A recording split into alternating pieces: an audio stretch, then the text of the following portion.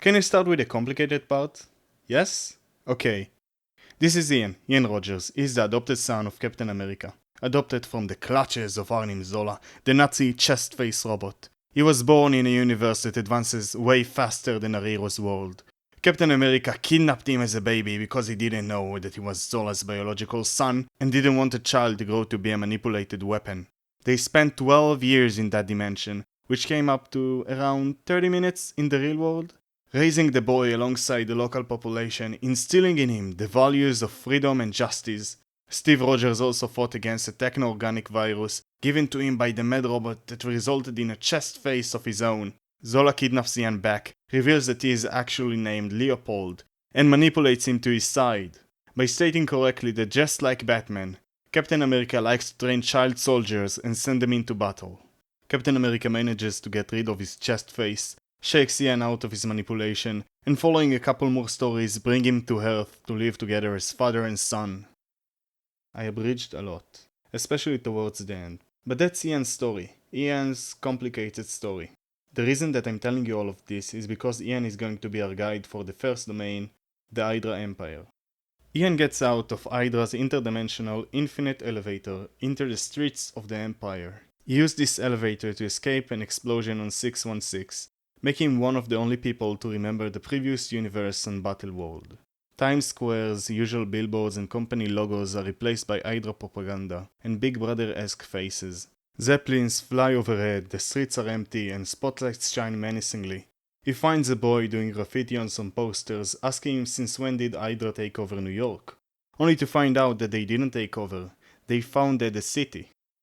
The two are spotted by soldiers with jetpacks, who try to arrest them for violating curfew and defacing public property. The boy is captured while Ian manages to escape. Finally, the boy close to the mouth of an incinerator, freeing him and the rest of the repeat offenders sent to their doom. They escape onto a rooftop where the boy tells Ian about the resistance, that maybe they can change things together. Sadly, the boy won't join them in the revolution, as an Hydra assailant decapitates him with a familiar green-colored shield. They fight for a while, until Ian knocks the helmet off the Hydra soldier, revealing the familiar face of himself. Let's take a break. If you like the setting of the story, I suggest you go pick up the book and read it. It's only 4 issues. Those who are still here with me, let's continue. Ian manages to escape his doppelganger who works for Zola, and ends up in the sewers where he is picked up by Ellie, the daughter of Steve Rogers and Sharon Carter. She takes him to the Resistance underground base, where we see the many faces of the familiar cast, but a little different.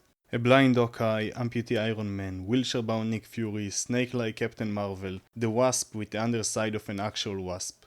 The only one who seems the same is Captain America, donning a familiar shield with a snake symbol. We found out that he was the first Captain America of this twisted land, and that he grew to understand that fascism is a false ideology, and he tells Ian about their plan to take down Zola. Venom arrives, followed by his Vipers, women taken over by other symbiotes, taking Tony Stark's life and moving through the entire resistance until it's snuffed. Steve is taken hostage and Ian and Ellie run away. They arrive at the Temple of Hydra, also known as the Empire State Building, trying to use the fact that Ian looks like Zola's son to sneak in. But he already knows that they will try to sneak into the temple, and grants them easy passage to feed his curiosity. Inside we find Nicholas Fury Jr., who gloats about his father's death. Inside Zola's control room, he tries to coerce them as Ian has a secret that he needs. But when this fails, an old soldier enters the room. Steve Rogers tries to convince Ellie to join forces with Zola, but she sees through his lies and strikes his chest, revealing a TV of his own. They fight. Ellie is taken over by an unknown chemical. Ian trades blows with this Steve Rogers until he is knocked over a gargoyle, hanging on for dear life on top of the Empire State Building, as we get a look of this world's Avengers, comprised of old characters taking new personas and new foes from recent Captain America books. Ian decides to jump, take the secret to the grave with him. He'd rather die than see any of his powers help them fascists. But he doesn't die. Ellie saves him wearing a Viper symbiote. He convinces her to escape with him as he sees no way of winning here. Following a short battle against the Avengers, they manage to reach the elevator, but Ellie gets shot, dying before Ian can press the 616 button. She praises him with her last words, because while they lost, they did try. For the people who want to pick up this book, it's El Hydra from 2015, written by Rick Remender and drawn by Roland Busky.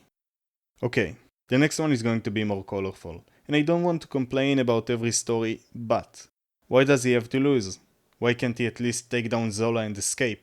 Let's let Ellie survive and add her to the main cast.